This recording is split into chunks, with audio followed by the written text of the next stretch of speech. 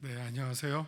웨스트민스터 대요리문답 26번째 강의를 시작하겠습니다. 오늘은 97번 문제서부터 100번 문제까지 10계명에 대해서 공부하는 시간이 되겠습니다. 10계명 이제 본론 들어가기 전에 10계명에 대한 안내와 이제 소개, 기초가 되는 내용들을 오늘 웨스트민스터 대요리문답서에서 다루게 됩니다. 자, 97번부터 한번 보죠. 97번에 이렇게 질문이 시작이 됩니다. 도덕법이 중생한 자들에게는 무슨 특별한 소용이 있는가? 이런 질문입니다. 도덕법이 중생한 자들에게는 무슨 특별한 소용이 있는가? 사실은 우리가 답을 내려면 질문의 의도를 잘 알아야 되겠죠. 왜 이 질문이 나왔지? 이 질문이 무엇을 알기를 원하는 것이지? 그거를 알아야지 이제 답을 찾지 않습니까? 근데 이제 만약 우리 성도님들 이 질문을 보실 때 아무 생각이 안 나면 답을 들어도 별 의미가 없죠. 근데 이 질문을 딱 보실 때 맞아, 이거 왜 그러지? 똑같은 의문이 들어야 돼요. 똑같은 질문이 생길 때 답을 들으면 그래서 그렇구나 하고 깨닫게 되는데 질문 자체가 별 생각이 없어요. 그러면 이제 답을 들어도 긴가민가 할 거예요, 아마. 자, 첫 번째 여기 이제 도덕법이라고 하는 말은 이게 웨스트민스터 요리문답은 영국이라고 하는 배경에서 영국 교회라고 하는 배경, 특별히 장로교 그리고 청교도 이런 배경에서 등장한 신앙의 어떻게 보면 교육 내용이죠.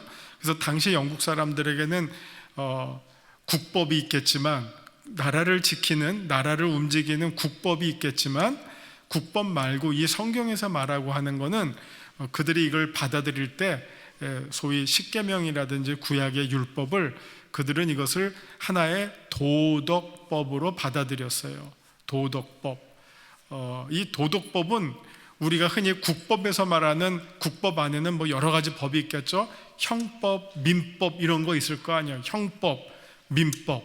이 형법은 무슨 범죄 행위에 대한 거고 민법은 사람과 사람 사이에서 갈등으로 나오는 범죄인데 이런 거를 범죄를 저지르면 거기에 국가가 벌을 내리게 되죠. 그런데 이 성경에 나와 있는 법은 어떤 부분은 국법이랑 겹치는 부분도 있지만 어떤 법은 국법이랑 겹치지 않는 부분도 있어요. 예를 들어서 부모를 공경하라 했는데 공경을 안 해요. 그러면 국가가 처벌을 합니까? 그 정도 가지고는 처벌 안 하죠. 막 폐륜이라고 해서 뭐 자식이 부모를 때리거나 뭐 이런 거 하면 국법이 개입을 해서 그 불효자를 폐륜 자식을 처벌하지만 단순히 효도를 안 했다고 법으로 제재하지는 않습니다. 그렇기 때문에 십계명에 나와 있는 이런 계명들은 당시 영국 사람들이 받아들이기에는 이거는 국법은 아니에요. 그럼 무슨 법이냐? 도덕법이었어요. 도덕. 사람이라면 혹은 또 그리스도인이라면 이런 거는 지키고 살아야 하는 그리스도인들을 향하신 하나님의 명령이지 국민을 향한 국가의 명령은 아니었던 거죠.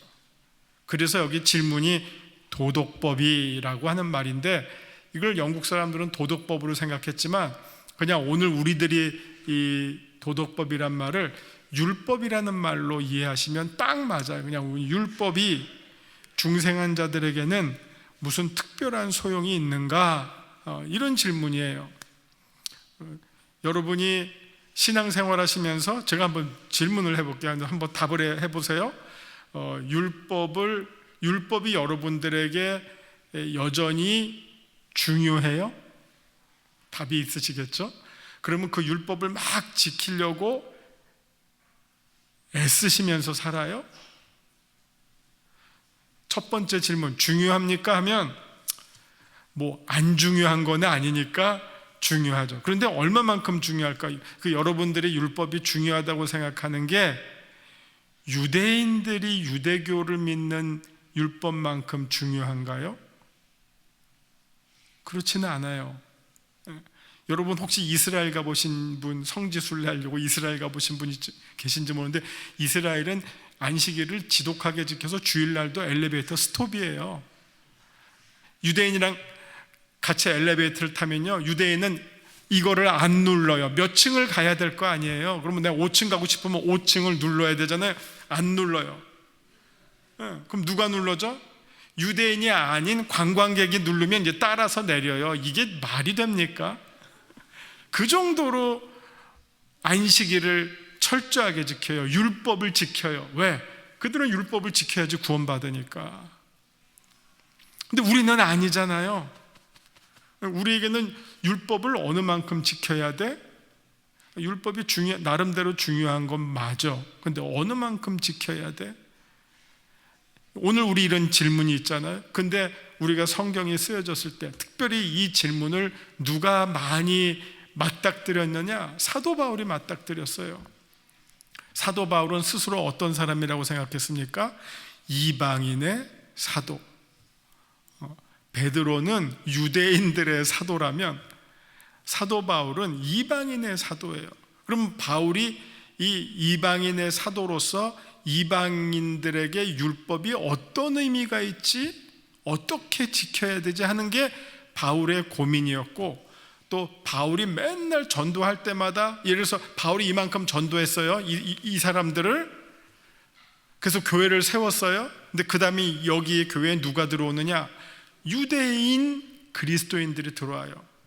그럼 유대인 그리스도인들이 와서 무슨 일을 했느냐? 여러분들 율법을 지켜야지 구원받아요. 예수를 믿어도 율법을 지켜야지 구원받아요 하니까 바울이 가르쳤던 것과 다른 가르침이 나온 거예요. 그러니까 이 율법 문제가 계속 초대교회 안에서는 유대인은 유대인들 나름대로, 예루살렘 회의가 왜 벌어졌습니까? 야, 바울이 전도한다고 다니는데 바울은 율법을 무시해. 이거 놔둬도 돼? 해서 예루살렘에서 회의가 열린 거예요. 그래서 어떻게 타협이 됐습니까? 몇 가지를 빼고는, 우상의 제물과 몇 가지를 빼고는 율법 이방인들은 안 지켜도 된다. 그게 회의의 결과잖아요. 이방인들에게는 유대인들처럼 똑같이 적용하지 말자, 이거잖아요. 이 계기로 정말 기독교가 이방을 향해서 뻗어나갈 수 있게 된 것이고, 기독교가 유대교의 굴레에 갇히지 않고 세계의 종교로 확장해 나갈 수 있는 결정적 계기가 된 거죠. 그래서 사실 율법이 어느 만큼 중요해 하는 거는 율법에 대해서 어떤 생각을 갖느냐 하는 것이 대단히 중요한 거예요. 그래서 이 질문이 중요한 질문이에요. 아마 여러분이 처음에 이 질문을 보셨을 때는 이 질문이 나한테 별로 가까운 것 같지 않은데, 하지만 이 질문은 아주 중요한 질문이었어요. 특별히 초대교회. 한번 여기에 사람들의 생각이 막 여러 가지로 나뉜 거. 율법 지켜야 돼, 똑같이. 율법, 이런 사람이 있다면 율법 유대인들처럼 똑같이 지켜야 돼. 그리고 더하기 예수님을 믿어야 돼. 이런 사람이 소위 유대인 그리스도인이었어요. 근데 바울은 아니야, 율법 이방인들은 유대인처럼 율법을 꼭 그렇게 지킬 필요가 없어. 이런 지금 요 말한 거, 요런 거가 있고, 그 다음에 또 어떤 입장이 있었냐? 맞아, 이제는 율법 필요 없어. 율법 무용론자, 율법은 쳐다보지도 마. 우리는 오직 복음과 은혜로만 구원을 받으니까 율법은 아무 소용이 없어. 이렇게 세 가지 입장으로 딱 나뉘어진 거예요. 그럼 율법이 필요 없다고 하는 사람들은 조금 과격하죠. 과격해요. 그러면 막 살고 끝에 가서, 제가 좀 과장해서 표현하면 막 살고 그냥 죄도 막 지어요. 왜? 율법 필요 없으니까. 그 다음에 어떻게 하면 돼요? 마지막에 하나님 용서해 주세요 하면 은혜로 구원받는다. 이게 반율법주의자들이에요. 자, 이런 혼란이 교회 안에 있었던 거예요. 그래서 이 혼란의 문제를 문제서부터 답까지 잘 소개하고 있는 책이 특별히 신약의 갈라디아서예요. 갈라디아서의 여러 구절들을 보면 제가 지금 이 설명해 드린 거를 이해를 하고 전제로 하고 읽지 않으면 한 부분씩만 보면 오해하기가 쉬워요. 이게 바울의 의도야? 이게 바울의 의도야? 하는 식으로 오해하기가 쉬워요. 한번 보죠. 여러분 잘 아는 거 갈라디아서 2장 16절서부터 한번 보죠. 16절을 봐요. 갈라디아서 2장. 사람이 의롭게 되는 것은 율법의 행위로 말미암음이 아니요 오직 예수 그리스도를 믿음으로 말미암는 줄 알므로 우리도 그리스도 예수를 믿나니 이는 우리가 율법의 행위로서가 아니고 그리스도를 믿음으로써 의롭다함을 얻으려 함이라. 율법의 행위로서는 의롭다함을 얻을 육체가 없느니라. 자, 바울이 갈라디아 교회 교인들을 향해서 이렇게 말했어요. 그러면 이 말만 보면 어떻게 되죠? 율법으로 우리가 구원받는 거 아니야. 예수 그리스도를 믿음으로 구원받아. 그러니까 율법 필요 없어. 이렇게 되죠. 그래서 초대교회 이단 가운데 어떤 몬타누스라는 이단은 구약 성경을 다 필요 없다고 얘기했어요. 구약 성경. 근데 우리는 구약 성경 보고 있잖아요. 구약 더하기 신약을 보고 있잖아요. 구약을 한마디로 요약하면 율법책이라고 말할 수 있겠죠. 근데 이 말도 사실은 이 성경의 가르침을 한마디로 요약하는 것은 편하기도 하지만 대단히 위험하기도 해요. 사실 성경은 한마디로 단칼에 줄일 수 있는 책이 아니에요. 왜? 너무 다채로워요. 여러분, 우리 인생을 한마디로 표현할 수 있습니까? 얼마나 다양해요. 기쁜 것도 있고 슬픈 것도 있고 좋은 것도 있고 나쁜 것도 있고 그게 다 짬뽕이 인생인데 짬뽕에다 그냥 국수 한 줄만 갖다 놓고선 이게 인생이다라고 말할 수가 없잖아요. 그래서 성경을 한마디로 줄이는 거는 조금이 아니라 아주 위험하고요. 그런 거를 잘하는 사람들이 이단들이에요. 그럼 거기 넘어가는 사람들은 사실 성경이 복잡한데 뭔가 그냥 한마디로 딱 줄여주니까 거기에 진리가 있는 것처럼 생각하고 명쾌하다고 생각해서 글로 쫓아가는데 그만큼 위험한 거예요. 하나님은 사랑이시죠. 맞죠? 근데 사랑만 있는 건 아니거든요. 공의도 있단 말이에요. 그리고 공의가 있다고 해서 사랑이 없는 것도 아니고, 그러니까 어렵죠. 용서만 있나요? 심판도 있죠.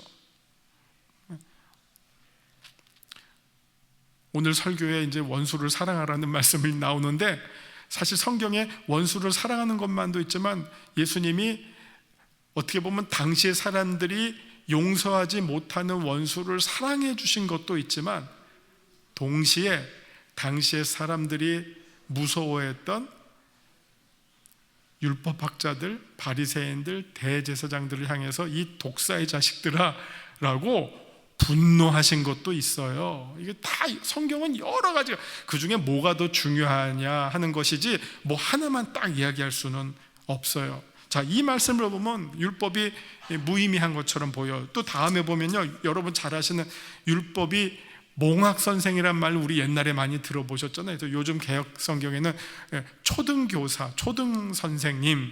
그러면 초등 선생님은 우리가 처음에 배울 때 선생님이에요. 그러면 그 다음에는 소용이 없죠. 마치 그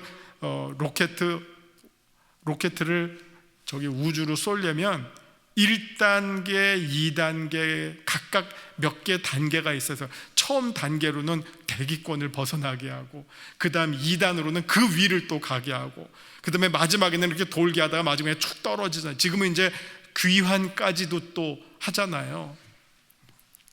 그만큼 단계별로 있어서 마치 율법이 예수 믿기 전에 1단계로 끝난다라고 생각할 수가 있어요. 또 그렇게 오해할 수 있어요. 그렇기 때문에 이 질문이 나온 거예요. 도덕법이 중생한 자들에게는 무슨 특별한 소용이 있는가? 우리가 앞에서 공부했죠. 율법의 기능이 뭐라고요? 죄를 고발하는 기능이 있다 그랬어요. 죄를 고발하니까 나 죄인이구나. 그럼 누가 나를 이 죄에서 구해줄 거? 복음과 은혜가 나를 구하는구나 해서 율법으로부터 복음으로 넘어갔어요. 그러니까 이제 율법은 필요 없다라고 생각할 수가 있어요. 그런데 이 질문은 그걸 묻는 거예요. 도덕법이 중생한 자들에게는 율법을 통해서 죄를 깨닫고 주여 나를 도와주소서 하고 복음으로 달려온 사람에게는 이제 그러면 더 이상 율법이 필요 없는가 하는 질문이에요. 필요 없다면 우리가 신약만 갖고 있어야 될 거 아니에요? 필요해요. 그래서 이제 특별히 이 개혁교회에서는 율법을 통해서 두 번째의 기능이, 율법에는 두 가지의 기능이 있다고 원래 가르쳤어요. 여기서 말하는 도덕법 기능, 누구나 다 지킬 수 있는 일반적인 법을 가리킨다, 율법이. 두 번째, 신학적 기능. 자, 그 일반적인 기능인데 그걸 우리가 다 지키고 사느냐? 그렇지 못하다. 그래서 율법을 통해서 우리가 죄인임을 깨닫게 하는 요 신학적 기능이 있다. 율법을 비추어 볼 때 내가 죄인이구나 깨닫게 된다는 거예요. 이게 신학적 기능이에요. 그러면 끝이냐? 근데 여기에 대해서 개혁교회는 세 번째 기능을 말하고 있어요. 지금 이 질문은 그 세 번째 기능을 말해주고자 하는 거예요. 우리가 구원받은 사람으로서 하나님의 자녀가 된 자들로서 어떻게 하나님의 자녀답게 살아야 할지, 이거를 율법의 계속적 기능 그리고 교육적 기능이라고 해요. 구원받은 사람으로서 우리가 어떻게 구원받은 자로 하나님의 자녀로 이 세상을 살아가야 할지 뭘 봐야 되느냐? 여전히 십계명 율법을 보아야 한다. 왜? 거기에는 인간이 하나님과 우리 그리고 인간과 인간 사이 세상 안에서 어떻게 살아야 할지를 가장 일목요연하게 잘 안내해주고 있기 때문에 여전히 율법은 우리들에게 필요하다. 그것으로서 구원받는 건 아니지만 이제는 구원받은 자로서 어떻게 이 세상을 살아가야 할지 그것을 배울 수 있는 좋은 척도로서 도덕법, 율법이 여전히 필요하고 중요하다. 그게 이 여기에서의 답과 질문이에요. 그러니까 사실은 율법은 이제 바울이 갈라디아서에서 막 열심히 이야기하지만 그 다음에 로마서에서는 뭐라고 말하느냐? 율법, 그렇다고 율법이 폐기되었느냐? 아니다. 오히려 이 율법을 우리가 완성해 나가며 살아야 된다. 우리의 삶을 통해서 이것을 완성해 나가야 된다는 거예요. 율법은 1단계, 2단계 로켓처럼 그냥 추진해놓고 떨어져서 버려지는 게 아니라 여전히 우리가 천국 갈 때까지는 여전히 필요한 하나님의 명령이다. 특별히 1계명, 요거 나중에 이제 우리 1계명 공부하겠지만 나 외에는 다른 신이 없다. 이건 우리가 신앙의 가장 첫 번째잖아요. 오직 하나님께 영광을, 솔리 데오 글로리아, 오직 하나님께만 영광을. 이거는 유대인이나 이방인이나 모든 그리스도인들이 이 목적을 가지고 우리가 살아야 되잖아요. 여전히 우리에게 중요하고 결정적인 가르침이다 하는 것입니다.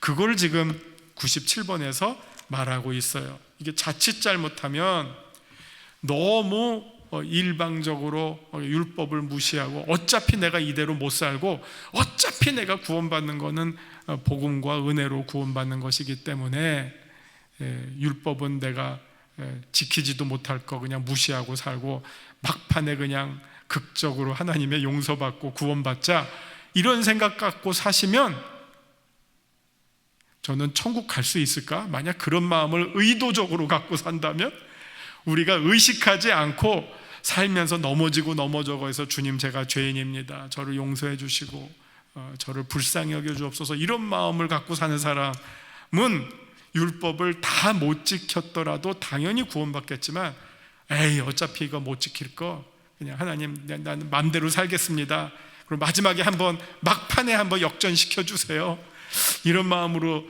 살면 이거 하나님이 기뻐하실까? 그 사람을 저는 그런 회의가 듭니다. 98번 어디에 도덕법이 요약되어 있는가? 이거 뭐 10계명에 뭐 사실 구약의 처음에 5가지 책 창출, 내, 민, 신 이거는 토라라고 그래요. 그 히브리어로 토라고, 토라라는 말이 곧 율법이라는 말이에요. 거기에는 사실 율법만 있는 게 아니라 여러 스토리들이 많이 있잖아요. 그런데 이걸 어쨌든 토라라 그러고 율법이라고 하는데, 이 중에서 또 가장 율법의 핵심적인 내용이 어디에 담겨 있죠? 10계명에 담겨 있어요. 10계명 여기 지금 어디에 있다고 나옵니까? 출애굽기 20장에 있다고 하는데, 맞아요, 20장에 있고 또 있어요. 신명기 5장에 한 번 더 출애굽기가 소개가 되고 있어요. 아니, 10계명이 소개가 되고 있어요. 이 출애굽기 20장을 보시면 이제 10계명이 쭉 나오잖아요. 근데 보시면 20장 10계명이 끝난 다음 후반부에 또 무슨 법이 나오느냐? 제단에 관한 법, 21장에는 종에 관한 법, 그리고 폭행에 관한 법, 그리고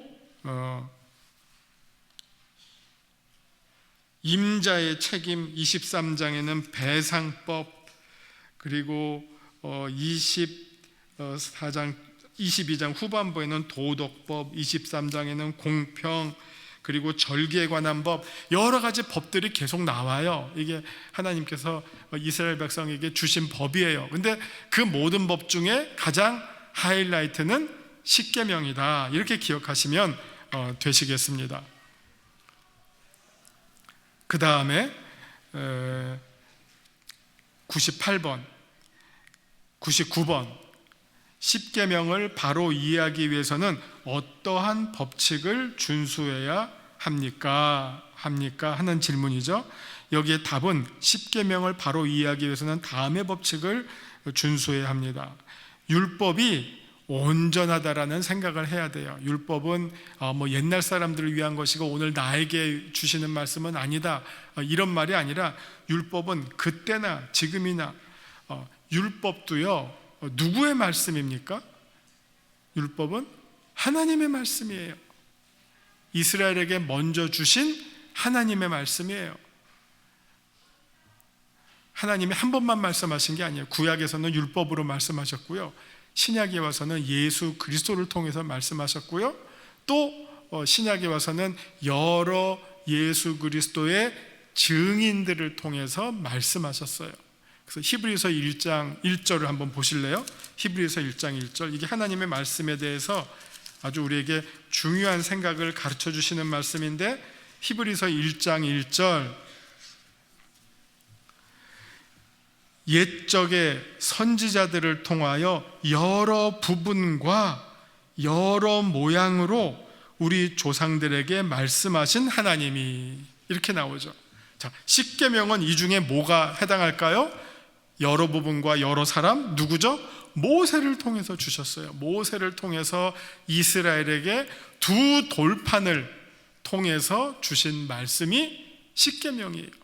하나님이 그렇게 말씀하셨어요, 이스라엘 백성들에게 출애굽 당시에. 그게 지금 요약된 게 소위 10계명이다 하는 것이죠. 그래서 10계명은 하나님의 말씀이에요. 1.1획도 우리가 허투루 여길, 그럴 정말 땅에 떨어질 말이 아니라 하나님께서 모세를 통해서 직접 주셨던 말씀이기 때문에 그 말씀을 우리가 소중히 여기고 마땅히 지켜야 하는 것은 너무 당연하다는 것이죠. 2번, 그래서 율법은 신령하여 말과 행실과 태도만이 아니라 이해와 의지와 감정과 기타 영혼의 전역에 미친다. 이 우리가 알고 있는 이 세상의 법은 결과만 가지고 논해요. 내가 누구를 미워했다라고 벌 주지 않아요. 미워해서 때렸을 때 그게 폭행으로 죄가 되고, 미워해서 죽였을 때 그게 살인으로 결과로 죄를 주는 것이지, 속에 있는 생각을 문제로 삼지는 않아요. 그러나 율법은 겉의 결과뿐만 아니라 내 속마음을 주시하고 있죠. 탐내지 말라, 도둑질 하는 것뿐만 아니라 내 마음속에 탐하고 이웃의 것을 탐하고 싶은 마음, 거기서부터가 죄의 시작이에요. 예수님도 말씀하시잖아요. 간음하지 말라. 그래서 행위를 한 것만이 간음이 아니라 내 마음속에 지나친 음욕을 품고, 이게 마땅하지 않은 잘못된 생각을 가지고 음욕을 품는 것, 그것부터가 간음의 시작이에요. 형제를 미워하면 그것이 뭐라고 말씀하셨죠? 그게 살인이라는 거예요. 살인의 시작은 미워함으로부터 시작된다. 그래서 동기를 문제를 삼아요. 동기부터 문제를 삼아요. 마음부터 보셔요. 그래서 하나님은 우리의 겉만 보시지 않고 뭘 보십니까? 중심을 보셔요. 나의 마음 속에, 내 생각 속에 어떤 잘못된 생각들이 움직이고 있는가, 어떤 생각들이 나를 지배하고 있는가, 그거를 보시는 거예요. 그게 율법의 기능이에요. 율법의 기능 가운데 내 결과만이 아니라 내 속마음을 뚫어보시는 것이 율법의 기능이라고 보시면 되겠어요. 자, 3번, 여러 가지 점에서 똑같은 것이 몇 계명 중에 명해졌거나 금지되기도 한다. 이거는 이제 10계명을 보시면 두 가지의 패턴으로 나옵니다. 우리가 지켜야 할 것, 그리고 우리가 하지 말아야 할 것. 이게 긍정적인 것과 부정적인 이 두 명령이 서로 공존하고 있어요. 이런 것들은 우리가 마땅히 해야 된다. 그러나 이런 것들을 우리가 또 반대로 마땅히 하지 말아야 된다. 이 두 개가 함께 있어요. 그 다음에 이제 100번을 보시겠습니다. 10계명에서 어떠한 특별한 것들을 고찰해야 하는가. 10계명을 보시면요, 이게 출애굽기 20장이나 아니면 신명기 5장이나 주로 세 가지 패턴이 있어요. 첫 번째는요, 10계명 시작할 때 이 10계명을 주시는 말씀하시는 분이 누구신지, 이스라엘에게 하나님이 어떤 분이신지를 분명하게 알려주셔요. 그리고선 10계명이 시작돼요. 우리 출애굽기 20장을 한번 보세요. 출애굽기 20장 10계명이 처음 나오는 출애굽기 20장 1절과 2절을 보시면 하나님이 이 모든 말씀으로 말씀하여 이르시되, 아까 제가 10계명 혹은 율법을 무엇이라고 말씀드렸습니까? 하나님의 말씀. 아까 히브리서 1장 1절에 뭐라고 나왔습니까? 하나님이 여러 시대 여러 사람들을 통해서 여러 모양으로 말씀하신 이 하나님이 이 마지막 때 이제 예수 그리스도를 통해서 말씀하신다. 하나님은 말씀하시는 하나님이고, 따라서 율법도 하나님의 말씀이라는 거예요. 자, 너희들이 이제 곧 10계명을 받을 텐데 이 10계명은 하나님의 말씀이다 라고 첫 번째 얘기하시고, 두 번째, 그 말씀하시는 분이 누구신지를 알려주셔요. 하나님이 누구시라고 자기를 소개하시느냐? 나는 너를 애굽 땅 종되었던 집에서 인도하여 낸 내 하나님 여호와니라. 하나님이 어떤 분이시라고 하는, 이 말씀하시는 하나님이 이스라엘에게 어떤 하나님이 되시는지를 소개해주고 있어요. 나는 너희의 구원자, 애굽 땅에서부터 인도하여 준, 그리고 너희의 하나님이다. 아주 친밀한 관계로 소개해 주셔요. 그리고 10계명을 이제 차례로 주시는 것을 여러분들이 보실 수가 있어요. 그래서 10계명의 구조 안에는 처음에 하나님에 대한 소개, 그리고 두 번째 10계명의 본론이 있고요. 그 다음에 전부는 아니지만 대부분의 그 10계명의 각각의 계명에 그 내용을 부연 설명해 주는, 좀 더 우리들에게 그것을 자세하게 설명해 주는 내용들이 이제 뒤따르게 됩니다. 예를 들어서 4절을 보시면 우상을 만들지 말라 했어요. 근데 그거에 대한 설명이 뭐가 우상을 만드는 것이냐? 위로 하늘에 있는 것이나 아래로 땅에 있는 것이나 땅 아래 물속에 있는 것에 어떤 형상도 만들지 말라. 이렇게 만들면 이게 우상을 만드는 것이다. 이렇게 이제 부연 설명이 와요.